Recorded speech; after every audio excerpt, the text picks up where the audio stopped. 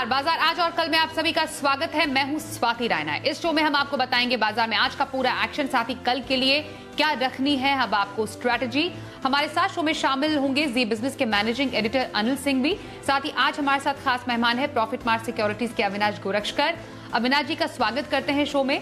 और पूरी research team का भी हमारे सहयोगी हमारे साथ शामिल है। बाजार का हाल हमें बताएंगे आशीष। मैक्रोटेक यानी लोढ़ा डेवलपर्स पर सीएलएसए की रिपोर्ट क्या कहती है, जानेंगे मानसी दवे से।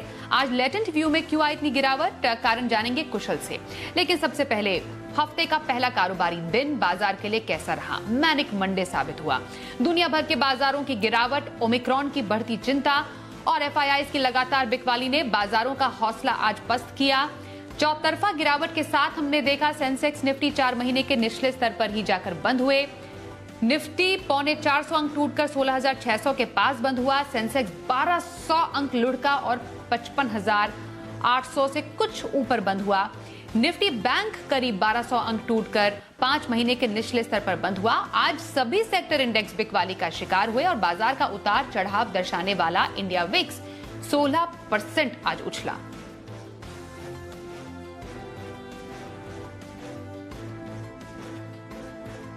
और आइए एडिटर्स टेक में अनिल जी से समझते हैं कि बाजार आज इतना क्यों टूटा। ओमिक्रॉन का डर या फिर वजह कुछ और? जब बाजारों में गिरावट इतनी ज्यादा हो और इतनी तेजी से हो तो जाहिर सी बात है कि गिरावट की वजह एक से कहीं ज्यादा होगी। और आज भी इतनी तेज गिरावट के पीछे कई वजह थी। पहले अंतर्राष्ट्रीय बाजारों से अमेरिका में 525 अंक डाउ कमजोरी के साथ बंद हुआ शुक्रवार को, जबकि हमारे बाजारों के बंद होने के वक्त डाउ एकदम सपाट कारोबार कर रहा था। उसके मुकाबले में डाउ में रही तगड़ी कमजोरी। चलिए कमजोरी रही कोई बात नहीं, लेकिन सुबह से ही डाउ फ्यूचर्स पर लगातार दबाव था और वो दबाव धीमे धीमे ट्रेडिंग सेशन के साथ बढ़ता नजर आया। दिन के दौरान 600-650 पॉइंट तक डाउ फ्यूचर्स लुढ़क गया। तो पहली कमजोरी का संकेत आया अमेरिका से। दूसरी कमजोरी का संकेत दुनिया भर के बाजारों से था। ऐसा नहीं कि सिर्फ अमेरिका कमजोर था, आज एशिया में, यूरोप में सब जगह 2-2% के आसपास की कमजोरी होती दिखी। और तीसरा बड़ा कारण बनता दिखा ओमिक्रॉन का डर। भले ही ओमिक्रॉन खतरनाक कम है, लेकिन फैलने के मामले में बेरहम है और कई देशों में ओमिक्रॉन के मरीजों की संख्या तेजी से बढ़ती नजर आ रही है। इससे डर ये लगा कि कहीं वापस से आर्थिक गतिविधियां पूरे दुनिया भर में ठप ना हो जाए, कहीं जो न्यू ईयर के आसपास, क्रिसमस के आसपास के सेलिब्रेशन हैं उसमें खलल ना पड़ जाए, लोगों का बाहर निकलना बंद हो जाए, रेस्ट्रिक्शंस न लग जाए। इस डर के चलते दुनिया भर के बाजार कमजोर होते दिखे। तो 3 बड़ी वजह आपको बाहर के बाजारों से मिली। अब आइए हमारे यहाँ की वजह।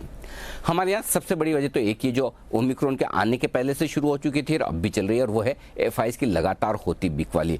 कहीं रुकने और थमने का नाम नहीं ले रही। कभी कभार थोड़ी सी कम कर दें भले ही, बट बिकवाली लगातार होती दिख रही। तो एफआईआईज की बिकवाली बाजार को ऊपर उठने नहीं दे रही। इसके साथ दूसरी वजह ये थी कि जिस तरह से तेजी से बाजार गिरे, 17,000 के आसपास बंद हुए शुक्रवार को और आज 16,782 के पुराने लोस को तोड़कर ट्रेड करना शुरू किया, तो ढेर सारे स्टॉप लॉस आज ट्रिगर होते हुए दिखे। जो ये स्टॉप लॉस ट्रिगर हुए उसके चलते तेजी करने वाले ट्रेडर्स तेजी से अपनी पोजीशन कम या खत्म करते हुए दिखे। यानी कि आज बिकवाली के प्रेशर के साथ साथ तेजी करने वाले ट्रेडर्स का भी प्रेशर था अपनी पोजीशन कम करने का। तो यानी कि वो भी बेच रहे हैं, एफआईआईज भी बेच रहे हैं, तो फिर खरीदे कौन? यानी कि बिकवाली का दबाव और खरीदारी का अभाव ये बाजार में साफ नजर आया। मार्केट, इसमें कोई डाउट नहीं कि ओवरसोल्ड है। काफ़ी ऐसे लेवल्स के आसपास आ चुके हैं जहां हल्की फुल्की रिकवरी के आसार भी बनते हैं। लेकिन दिक्कत ये कि फंसे हुए ट्रेडर्स और फंसे हुए इन्वेस्टर हर भाव में उछाल में बिकवाली करना चाहते हैं और यही बड़ी वजह कि बाजार ऊपरी लेवल पर टिक नहीं पा रहे हैं। तो दोनों ही रीजन रहे, ग्लोबल भी और लोकल भी, जिनके चलते बाजार में आज ब्लैक मंडे देखने को मिला। तो अब कल के बाजार पर क्या खास स्ट्रैटेजी रखी जाए, यहां पर समझेंगे अनिल जी से। लेकिन सीधे हमारे सहयोगी आशीष का अब रुख कर लेते हैं। आशीष चतुर्वेदी से बात करते हैं कि आज तो हर एक सेक्टर में गिरावट दर्ज की गई, लेकिन कौन से शेयर थे जो सबसे ज्यादा टूटे? आशीष बताइए। देखिए, आज फार्मा स्टॉक्स को छोड़ दिया जाए तो जहां पर थोड़े बहुत गेंस देखने को मिले, बाकी सब जगह अगर आप देखें तो बड़ी गिरावट का रुझान देखने को मिला। रियलिटी पैक को देखें, अच्छी तेजी यहां पर पिछले कुछ महीनों तक देखी जा रही थी, लेकिन आज बड़ी गिरावट यहां पर नजर आई। और रेमंड है, DLF, India bulls, real estate, brigade enterprise जैसे स्टॉक्स में अगर आप देखें तो बड़ी गिरावट नजर आई। बैंकिंग स्टॉक्स ने भी देखें तो बाजार में बड़ी दबाव बनाने का काम किया। और सबसे पहले आप देखिए ए स्मॉल फाइनेंस बैंक, यहाँ पर 10% से ज़्यादा की गिरावट देखने को मिली। सीएसबी बैंक है, बंधन बैंक, आरबीएल बैंक जैसे स्टॉक्स में गिरावट का रुझान देखने को मिला। ग्लोबल संकेत भी काफ़ी कमज़ोर थे और इसका असर देखने को मिलता है। वैसे भी आप देखें तो कमोडिटी पैक के लिए थोड़ी सी चिंता ज़्यादा नज़र आ रही है। डॉलर इंडेक्स में लगातार तेज़ी देखने को मिल रही है। जिंदल स्टेनलेस है, हिंदुस्तान कॉपर, टाटा स्टील, नाल्को जैसे स्टॉक्स में गिरावट देखने को मिली। और क्योंकि कच्चे तेल में जो गिरावट आई है इसका भी एक असर देखने को मिला। ऑयल इंडिया 10% की गिरावट यहाँ पर देखने को मिली। MRPL है, अदानी गैस में 5% की गिरावट रही। ONGC स्टॉक्स में आप देखें तो करीब 3.5 से 4% की गिरावट रही। सरकारी स्टॉक्स की बात की जाए तो यहाँ पर भी स्वाभाविक है कि दबाव भी देखने को मिला। कोल इंडिया है, नाल्को, BHEL, BPCL के बारे में मैंने आपको बताया, यहाँ पर की गिरावट रही। यानी कुल मिलाकर देखा जाए तो आज बाजार में जो है मंदी का मूड हावी होते हुए नजर आया। मंदी वाला मंडे बाजार के लिए। अविनाश जी, आज के बाजार पर आपकी क्या राय है? फिलहाल आने वाले दिनों के लिए क्या आप बाजार की चाल के लिए प्रेडिक्ट कर रहे हैं? और पोजिशनल ट्रेड किसी को रखना हो तो कौन सा आप शेयर सजेस्ट करेंगे आज? स्वाति, मुझे लग रहा है कि मार्केट्स में जो भारी बिकवाली आई है, जैसे मुझे लग रहा है कि क्लियरली FI की भारी सेलिंग हो चुकी है। दूसरी बात, ग्लोबल मार्केट्स बहुत ही कमजोर है और अभी भी जो डाउ के फ्यूचर्स है वो नेगेटिव ट्रेंड दिखा रहे हैं। तो मार्केट्स में जब तक ग्लोबल मार्केट्स रिकवर नहीं होते, मुझे लग रहा है कि इंडियन मार्केट्स में भी एक नेगेटिव रुझान रहेगा। मेरे ख्याल से इन्वेस्टर्स को डेफिनेटली थोड़ा सा मार्केट को सेटल होना चाहिए। मार्केट जिस प्रकार से गिरा है, हो सकता है कि कल भी थोड़ी सी बिकवाली आपको देखने को मिले और वो क्लियरली डिपेंडेंट रहेगा ग्लोबल मार्केट्स के ऊपर। अगर ग्लोबल मार्केट्स बाउंस बैक दिखाते हैं आज रात को, तो ऑब्वियसली थोड़ी सी आपको एक पुल बैक देखने को मिलेगी। लेकिन मेरे ख्याल से स्टॉक स्पेसिफिक एक्टिविटी पे ही फोकस करें। और जो पोजिशनल पिक है वो हमने IT सेक्टर से चुना है। हमको इन्फोसिस करंट लेवल्स पे काफी पसंद है। करीबन 1798 का आज क्लोजिंग था। हमको लग रहा है कि अगर 8 से 10 दिन का नजरिया कोई लेता है तो 1880, 1890 का टारगेट प्राइस पॉसिबल है। नतीजे भी 8-10 दिन के बाद आने वाले हैं और ये पहला रिजल्ट होगा थर्ड क्वार्टर का। तो मेरे ख्याल से यहाँ पे एक रीजनेबल स्टॉप लॉस रख के यहाँ पे पोजीशन की जा सकती है। यहाँ पे मैं समझता हूँ कि जितना गिरना था स्टॉक ने गिरा है और आने वाले जो क्वार्टर्स के नंबर आएंगे काफी अच्छे आएंगे। तो Infosys will be a positional pick 8 से 10 दिन के लिए। करीबन 1880, 1890 के टारगेट के लिए आपको खरीदना चाहिए। बिल्कुल, तो इन्फोसिस में आपके लिए पोजिशनल व्यू रखने की सलाह अविनाश गोरक्षकर की। बातचीत जारी रहेगी आज के एक्सपर्ट से, लेकिन कुछ और आज की बड़ी खबरों का रुख कर लेते हैं, जिसमें एक बड़ी खबर यह है कि मैक्रोटेक यानी लोढ़ा डेवलपर्स पर CLSA ने अपनी रिपोर्ट जारी की। अब इस रिपोर्ट की क्या खासियत है ये जरा समझते हैं। और मानसी हमारे साथ है। मानसी, जरा बताएं इस रिपोर्ट में CLSA की क्या बड़ी चिंताएं सामने निकल कर आई हैं? जी बिल्कुल, देखिए बाजार की गिरावट के साथ ही रियल एस्टेट स्पेस भी ऐसा नहीं है जो कि अछूता रह गया और वहां पर भी गिरावट हावी होती हुई हमने देखी। काफी ज्यादा बिकवाली का दबाव रियल एस्टेट सेक्टर में भी देखने को मिल रहा है। मैक्रोटेक डेवलपर्स पर CLSA की एक रिपोर्ट आई है और आपको बता दें पिछले 5 ट्रेडिंग सेशन में मैक्रोटेक डेवलपर्स में करीब 20% से भी ज्यादा तक की गिरावट देखी गई है। क्या कंसर्न्स है और क्या कुछ कहा गया है इस रिपोर्ट में, एक एक कर आपके सामने रखने जा रही हूँ। CLSA की चिंता के कारण सबसे पहले मैं बता रही हूँ, एक तो मैक्रोटेक डेवलपर्स पर कंपनी ने बिकवाली की रेटिंग को इनिशिएट किया है। अब बिकवाली की रेटिंग दे रहे हैं और टारगेट जो है 1000 के सुझा रहे हैं। सिंगल मार्केट फोकस और अफोर्डेबिलिटी पर कम ध्यान देना एक बड़ी समस्या है सेक्टर के लिए ही और साथ ही कारोबार के लिए भी। FY25 तक अनुमानित प्री सेल्स जो है वो सालाना 18% से घटकर 11 से 12% होने की संभावना है। तो ये भी एक बड़ा नेगेटिव है जो कि सामने इस रिपोर्ट में आता हुआ दिखा है। मजबूत वैल्यूएशंस के चलते आने वाले खतरे को फिलहाल नहीं देख पा रहे हैं, लेकिन रियल एस्टेट स्पेस में काफी सारे लूप होल्स हैं जिसके चलते खतरा देखने को मिल सकता है। इतना ही नहीं, कुछ पॉजिटिव चीजें भी हैं इस रिपोर्ट में मैक्रोटेक डेवलपर्स को लेकर। मिड टर्म आउटलुक जो है कंपनी का मजबूत है। कर्ज में कंपनी लगातार कमी कर रही है जो कि कारोबार के लिए काफी फायदेमंद है और साथ ही एनवायरमेंटल सोशल गवर्नेंस इनिशिएटिव पर कंपनी का फोकस है जो कि पॉजिटिव जरूर नजर आ रहा है। लेकिन सेक्टर के लिए कई सारी चीजें हैं, अन्य चिंताओं के कारण है, जैसे कि रॉ मटेरियल खर्च लगातार बढ़ने से डेवलपमेंट कॉस्ट लगातार बढ़े जा रही है। कमर्शियल रियल एस्टेट में पूरी तरह से रिकवरी आने में अब भी समय लगने वाला है। अफोर्डेबल हाउसिंग पर डेवलपर्स का ध्यान कम होने से ग्राहकों को नुकसान हो रहा है, क्योंकि ट्रेंड बदला जरूर है, लोगों को बड़े घर चाहिए, लेकिन इसका मतलब ये बिल्कुल नहीं है कि अफोर्डेबल हाउसिंग पर लोगों का फोकस नहीं है। अफोर्डेबल हाउसिंग की भी मांग है, लेकिन डेवलपर्स ट्रेंड को ध्यान में रखते हुए या ट्रेंड की बात करके अब बड़े घर की तरफ मुड़ रहे हैं, या कह सकते हैं कि अफोर्डेबल से थोड़े बड़े जो मिड साइज हैं उन पर आगे बढ़ते हुए दिख रहे हैं। तो अफोर्डेबल की कमी ग्राहकों को किसी न किसी दिन जरूर नजर आएगी। इसके अलावा पुरानी तकनीक का इस्तेमाल अब भी एक बड़ी समस्या नजर आ रहा है और कंस्ट्रक्शन पैटर्न जो है सही सही समय पर प्रोजेक्ट पूरा नहीं होना सेक्टर की इमेज काफ़ी ख़राब करता है। तो कई सारे फैक्टर्स हैं, जब अच्छे पॉजिटिव फैक्टर्स आते हैं वो रिपोर्ट्स भी हम आपके सामने रखते हैं, लेकिन कंसर्न्स भी हैं सेक्टर से जुड़े, तो ये भी आपके सामने रखना ज़रूरी है।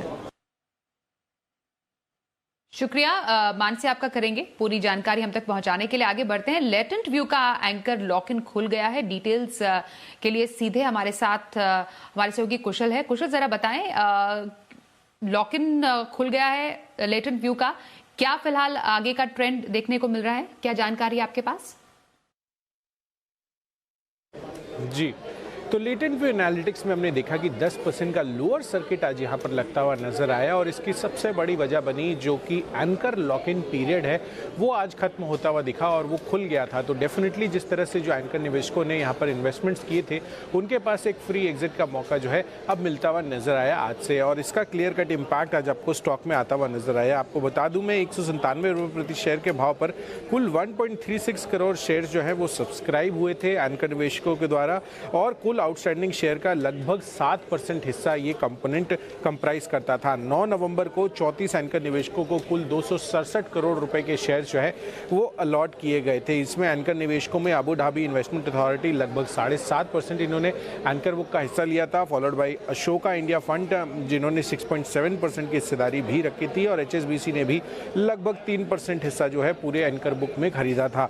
और अगर आप लिस्टिंग के बाद की बात करें तो इसकी जो चाल है आप देखिए, हाईएस्ट सब्सक्राइब IPO अब तक का रहा है, और 23 नवंबर को जब इसकी लिस्टिंग हुई थी 512 रुपये 20 पैसे प्रति शेयर पर ये जो है स्टॉक लिस्ट होता हुआ दिखा था NSE पर, और आज अगर आप देखें तो ऑलमोस्ट 535 के भी लोज इसने बनाए थे। इनफैक्ट अगर आप देखें तो यहाँ पर बढ़त जो है लगभग 1.5 से 2% की उसके बाद भी रही, यानी कि आप देखिए एंकर निवेशकों से जिस तरह का रिस्पांस मिला और उसके बाद जो लिस्टिंग प्राइस होती हुई नजर आई वो काफ़ी ज़्यादा पॉजिटिव थी, और इसी वजह से आप देखिए यहाँ पर कहीं ना कहीं जो इम्पैक्ट है वो उतना ज़्यादा नहीं आता हुआ नजर आ रहा था। बट डेफिनेटली ये देखना होगा कि कल के सत्र में इसका रुझान जो है वो फर्दर सेल साइड की तरफ रहता है या फिर यहाँ पर निचले स्तरों पर फिर से रिकवरी आती हुई दिखती है और बाइंग जो है वो फिर से लेटेंट व्यू एनालिटिक्स में लौटती हुई दिखती है। और आइए अब अनिल जी से समझते हैं कल के बाजार पर क्या रखनी है अब आपको स्ट्रैटेजी, और बाजार के लिए कौन से रहेंगे अहम संकेत। ट्रेडर्स और इन्वेस्टर्स दोनों के लिए अलग अलग स्ट्रेटेजी होगी इस बाजार में।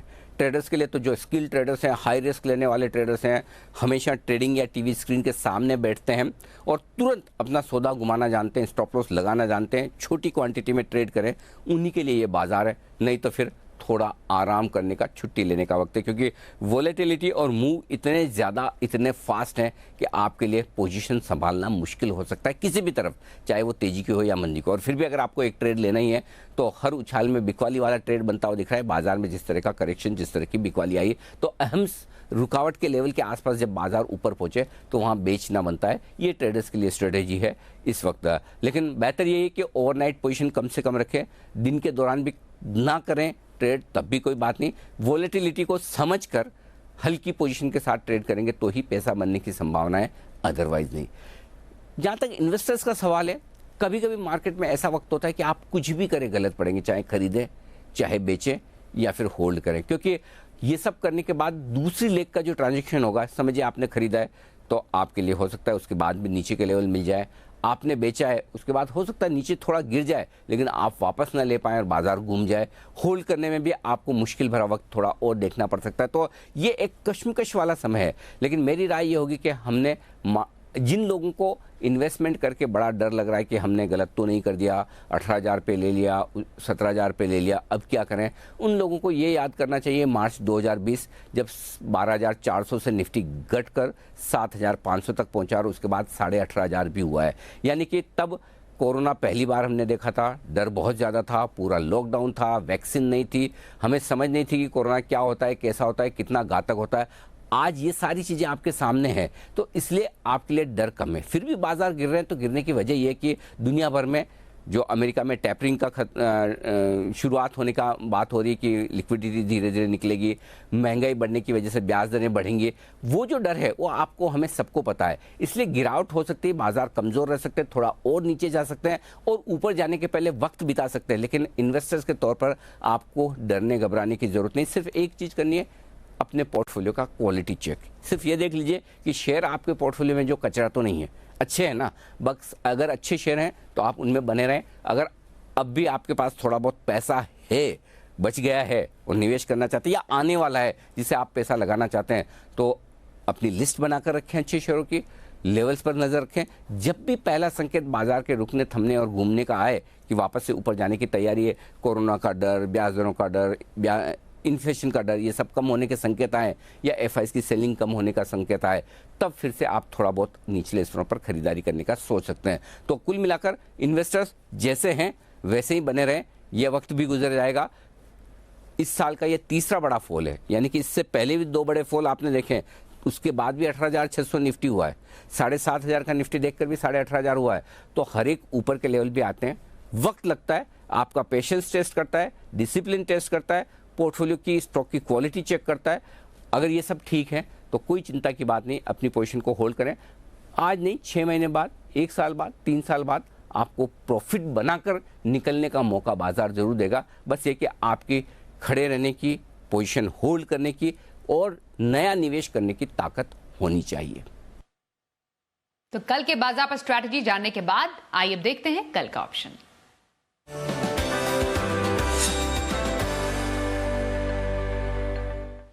किरणजादा.com के सीईओ आशीष केलकर से करते हैं बात। आशीष जी, बहुत स्वागत है आपका शो में। कल के लिए ऑप्शन स्ट्रैटेजी कहां? Good evening. देखिए, कल के लिए मैंने एक कॉन्ट्रा कॉल चुना है। ओवरऑल बाजार में तो हम देखे जाए तो बिकवाली हावी होती हुई दिखाई दे रही है, लेकिन निफ्टी में 16,500 ये बहुत इंपॉर्टेंट लेवल है। जब तक हम इसके ऊपर है तो हो सकता है एक छोटा बाउंस बैक, पुल बैक हमें देखने को मिल सकता है, और इस पुल बैक का मैं फायदा उठाना चाहता हूँ। इसलिए मैंने एक बाय साइड का स्टॉक चुना है। स्टॉक का नाम है पीडीलाइट। पीडीलाइट में हमने आज देखा कि 2400 का बहुत इंपॉर्टेंट लेवल था, इसके ऊपर हमें क्लोज मिलता हुआ दिखाई दिया। तो हो सकता है कल के सेशन में एक अच्छा खासा रैली स्टॉक में देखने को मिल सकता है। 2400 का कॉल ऑप्शन खरीदारी करने की सलाह है। 42 के आसपास मिलना चाहिए तो बेहतर रहेगा। मेरा स्टॉप लॉस रहेगा 35 रुपए का। मेरा पहला लक्ष्य रहेगा 55 रुपए का, दूसरा लक्ष्य रहेगा 60 रुपए का। तो पीडीलाइट का 2400 का कॉल ऑप्शन खरीदारी करने की सलाह है। शुक्रिया आशीष जी, कल के लिए ऑप्शन स्ट्रैटेजी बताने के लिए। अविनाश जी आपके पास आएंगे और जानेंगे लॉन्ग टर्म स्ट्रैटेजी के लिए कौन सा pick? Swati, long term strategy के लिए हमको अभी भी बैंकिंग एक स्पेस बहुत पसंद है, और यहाँ पे एक्सिस बैंक हमको इस लेवल पे काफी अट्रैक्टिव लग रहा है। स्टॉक काफी ऊपरी लेवल से घटा है, आज की क्लोजिंग करीबन 674 है। हमको लग रहा है कि कंपनी के not only short term financial numbers अच्छे आएंगे, दैट इज Q3 के लिए, बट आने वाला साल जो FY23 रहेगा वो भी काफी सिग्निफिकेंटली इंप्रूव होना चाहिए। मैक्रो नंबर्स इंप्रूव हो रहे हैं, एडवांस टैक्सेस भी काफी कॉर्पोरेट ज्यादा बढ़ रहे हैं, तो इसका फायदा एक्सिस बैंक को जरूर होगा। प्लस हमको लग रहा है कि जो इन्वेस्टमेंट बैंकिंग का जो बिजनेस है, यहाँ पे भी अच्छी बढ़त आपको तीसरी तिमाही में देखने को मिलेगी। तो मेरे ख्याल से यहाँ पे एक ग्रेजुअल एक्यूमुलेशन करना चाहिए। हमको लग रहा है कि अगर 6 से 12 महीने की अवधि है तो करीबन 850, 860 का टारगेट मिलेगा, और हमको लग रहा है कि मार्केट बाउंस बैक होगा तो फ्रंटलाइन बैंक्स डेफिनेटली आपको अच्छा खासा मुनाफा देंगे। तो इस बैंक पे जरूर एक्यूमुलेट करिए। हमारा 12 महीने का नियर टर्म का टारगेट करीबन 850, 860। बिल्कुल, तो लॉन्ग टर्म स्ट्रैटेजी अगर आपको रखनी है तो अविनाश जी की सलाह है एक्सिस बैंक में आप खरीदारी कर सकते हैं, टारगेट 860 के लिए। बहुत शुक्रिया अविनाश जी, आप हमारे साथ बाजार आज और कल में आज शामिल हुए। फिलहाल इस शो में हमारे साथ बस इतना ही। वक्त एक छोटे से ब्रेक का हो गया है, पर खबरों का सिलसिला आगे भी जारी रहेगा। बने रहिए हमारे साथ और देखते रहिए जी बिजनेस।